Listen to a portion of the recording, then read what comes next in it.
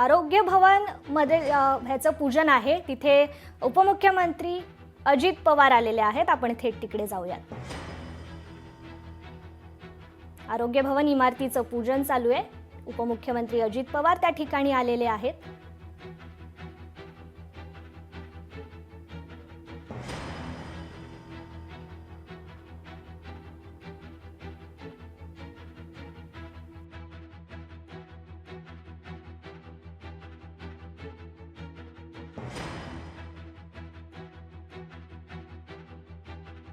अजित पवार सध्या पुण्याच्या दौऱ्यावर आहेत आणि या ठिकाणी भूमिपूजन कार्यक्रमांसाठी ते आलेले आहेत। आपण पाहतोय आज उपमुख्यमंत्री अजित पवार यांचा पुणे दौरा आहे। या दौऱ्यानिमित्त ते विविध कार्यक्रमांना हजेरी लावणार आहेत।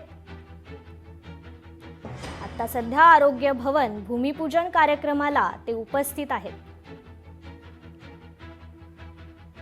उपमुख्यमंत्री अजित पवार आज पुणे दौऱ्यावर आहेत।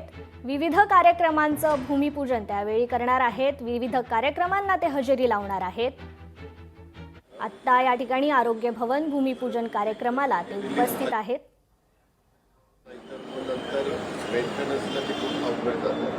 आणि ते करणारा पण त्याच्यामध्ये ग्रीन बिल्डिंग आहे आणि व्हेंटिलेशनचा सगळा विचार केला।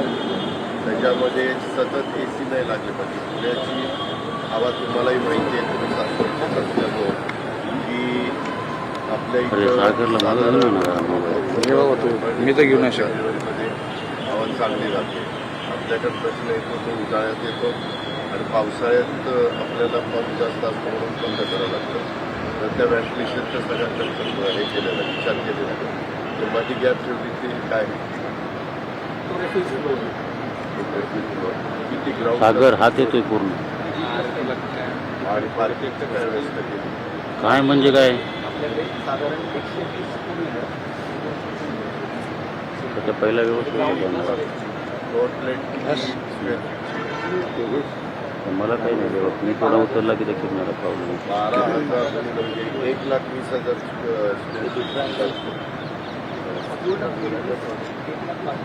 12,000ची फ्लोर प्लेट असेल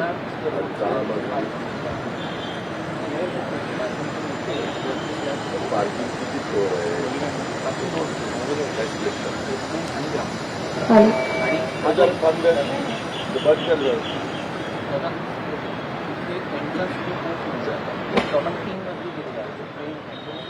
आहे उपमुख्यमंत्री अजित पवार आज पुणे दौऱ्यावर आहेत।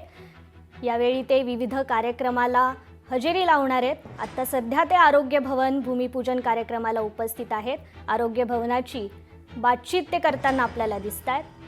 तसेच विभागीय आयुक्त कार्यालय इथे जिल्हा नियोजन समितीची बैठक सुद्धा होणार आहे। तसेच बालगंधर्व इथे पुस्तक प्रकाशन सोहळ्याला देखील उपमुख्यमंत्री अजित पवार उपस्थित राहणार असल्याचं समजतंय।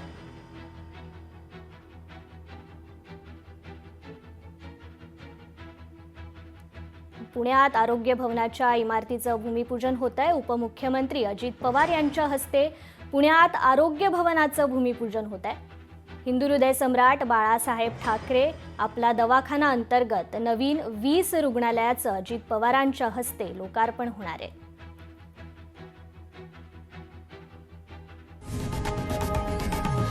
लोकशाही मराठी ऐका, पहा, जागरूक रहा।